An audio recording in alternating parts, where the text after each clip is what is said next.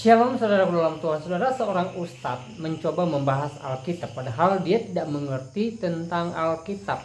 Nah, saudara dalam Tuhan, apa yang terjadi? Ujung-ujungnya pembahasannya pun ngawur dan dia berusaha mempertahankan klaimnya tentang ayat yang dia kutip, tapi penjelasannya atau tafsirannya sangat tidak tepat. Nah, saudara dalam Tuhan, langsung saja kita melihat videonya dan pastikan tekan tombol like dan juga share video ini supaya menjadi berkat bagi banyak orang. Berikut videonya.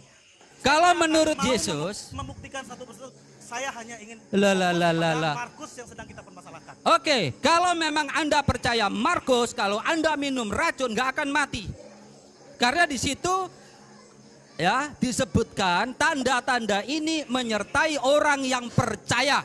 Anda percaya apa enggak? Saya percaya. Nah, berarti Anda siap minum racun.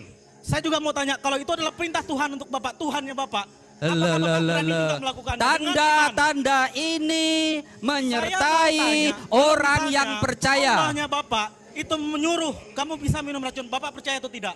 Sebentar, Saya mau tanya dulu itu. Pak, harus clear juga. Kalau ada perintah dari Allah, saya minum racun. Sama, saya juga. Nah, ada perintah, tanda-tanda Karena ini. saya percaya dia berkuasa. Kalau saya mati, itu juga coba sesuai dengan perhatikan kehendak semua ya. Tanda-tanda ini menyertai orang yang percaya. Berarti Anda sudah percaya, ayo minum racun maut.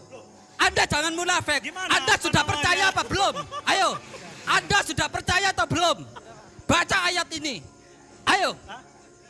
Loh, bukan berita. Tanda-tanda ini mempercayai orang yang percaya. Ayo. Loh, ya apa? Berarti Anda belum percaya. Nggak paham Alkitab. Bapak yang tidak paham terhadap Alkitab. Tanda-tanda ini menyertai orang-orang yang percaya. Kalimat perintah atau bukan? Coba Bapak belajar bahasa Indonesia baik-baik. Saya mau kasih tahu. Coba. Belajar bahasa Indonesia baik. Itu kalimat perintah atau kalimat apa? Tanda. Anda jangan munafik. Gimana? Anda sudah percaya apa belum? Ayo. Anda sudah percaya atau belum? Baca ayat ini. Ayo. Loh, bukan berita. Tanda-tanda ini mempercayai orang yang percaya. Ayo. Baik, saudara Tuhan, untuk videonya kita sudah simak ya seperti apa percakapan seorang ustadz dengan seorang pemuda Kristen di video tadi. Mereka memperbincangkan tentang ayat Alkitab yang mengatakan bahwa tanda-tanda kuasa Tuhan menyertai orang Kristen, yaitu mereka tidak bakalan mati ketika minum racun, tidak mati ketika dipatok ular ya. Nah, saudara Tuhan, sebenarnya ayat ini tidak berbicara ya supaya orang Kristen menguji Tuhan dengan meminum bukan minuman saudara Tuhan ya, tetapi ayat ini ya menjelaskan bahwa Tuhan pasti menyertai orang percaya kepadanya bahkan ketika mereka meminum sesuatu yang mematikan sekalipun mereka tidak bakalan mati gitu Pak. Tetapi dengan tanda kutip jangan mencobai Tuhan. Kalau tiba-tiba seorang Kristen mengambil yang bukan minuman misalnya ya, yang membahayakan dirinya sendiri lalu meminum dengan mengatakan bahwa Tuhan menyertai saya, itu namanya mencobai Tuhan ya. Tetapi yang dimaksud oleh ayat yang mereka perbincangkan tadi ya, bahwa kalau seandainya ada orang Kristen ya tanpa sengaja, tanpa sepengetahuan meminum racun misalnya, maka perlindungan Tuhan pasti ada pada mereka ya, pertolongan Tuhan pasti nyata dan mereka pasti bebas dari bahaya maut. Karena kenapa? Tuhan pasti membebaskan mereka dengan cara Tuhan yang ajaib. Tuhan pasti berkarya sehingga mereka tidak mengalami hal-hal yang mengerikan ketika kehidupan mereka dalam bahaya maut sekalipun ya. Nah, saudara Tuhan, itulah yang dimaksud oleh ayat ini. Sekali lagi, kita tidak boleh mencobai Tuhan, tetapi kita orang yang beriman kepada Yesus pasti mengalami penyertaan Tuhan di waktu-waktu tertentu, bahkan setiap saat saudara dalam Tuhan ya. Setiap saat, setiap detik, setiap menit, setiap jam ya, setiap waktu Tuhan senantiasa ada bagi kita ya. Tapi bukan seperti yang dimaksud oleh seorang ustadz di video tadi. Dia menyuruh seorang pemuda menguji Tuhan dengan meminum racun. Itu salah, itu tidak sesuai dengan penafsiran ayat Alkitab itu sendiri, ya, yang dia kutip, yang dia bahas di video tadi, ya.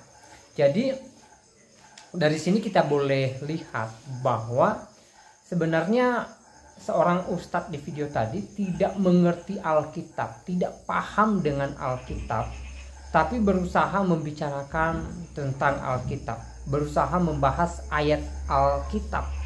Dan akhirnya kita boleh melihat bahwa pembahasannya ngawur, pembahasannya salah, tafsirannya tidak sesuai dengan penafsiran Alkitab itu sendiri, ya. Makanya, ya, alangkah bagusnya ketika mereka tidak paham Alkitab, jangan bahas Alkitab, ya. Karena ketika mereka membahas Alkitab namun tidak paham isi Alkitab itu sendiri, maka ayat Alkitab itulah yang akan mempermalukan mereka, ya. Nah, seperti Ustadz di video tadi, ya, dia mencoba berbicara Alkitab, mengambil ayat Alkitab sepotong-sepotong lalu menjadikan suatu pembahasan. Ini kan tidak bagus, tidak baik, ya.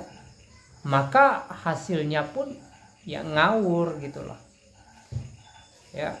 Dan sebenarnya bukan hanya ustadz di video tadi, ya. Kalau kita melihat di media, misalnya di YouTube, ya, ada beberapa orang ustadz yang suka membahas Alkitab, yang suka membahas Kristen, yang suka membahas Yesus, ya. Bahkan ada orang-orang tertentu yang mengatakan bahwa ya Kristen itu kafir, ya, Alkitab itu palsu, dipalsukan, diubah-ubah, Yesus itu bukan Tuhan, Yesus itu manusia biasa, Yesus itu mati tanpa baju, dan berbagai hal yang mereka sampaikan tentang Kristen, Alkitab, dan Yesus Kristus, ya, yang mana pembahasan mereka tidak sesuai dengan, ya, ayat Alkitab dalam Tuhan, tidak sesuai dengan Kristen itu sendiri, ya. Jadi sebenarnya orang-orang yang suka membahas Alkitab, ya, mereka sebenarnya tidak paham Alkitab. Dari mana kita boleh mengetahui hal itu? Ya, ketika mereka membahas Alkitab tetapi ngawur, ya, salah, tidak sesuai.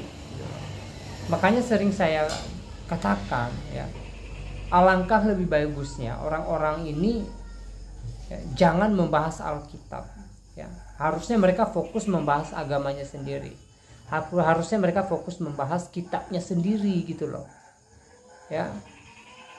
Bahkan kadang-kala saya berpikir, ya, jangan-jangan mereka sendiri belum paham atau tidak paham dengan agamanya dia, tidak paham dengan kitabnya dia, tapi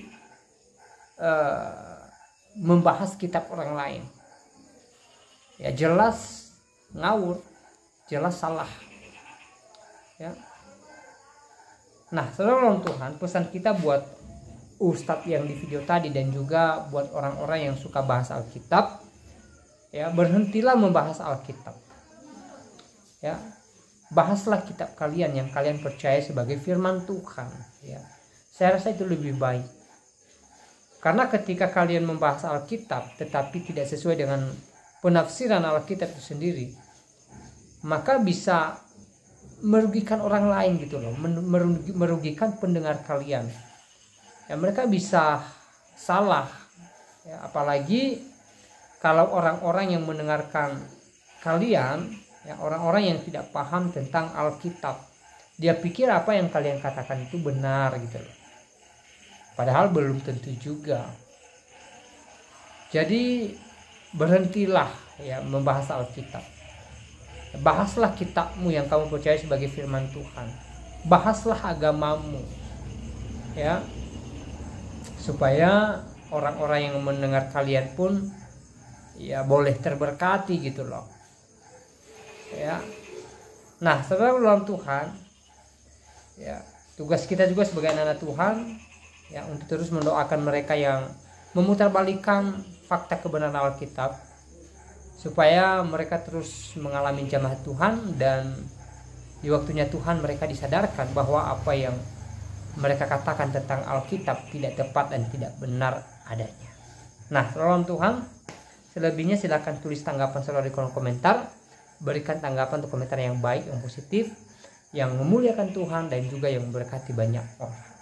Dan kiranya Tuhan Yesus memberkati kita semua. Shalom.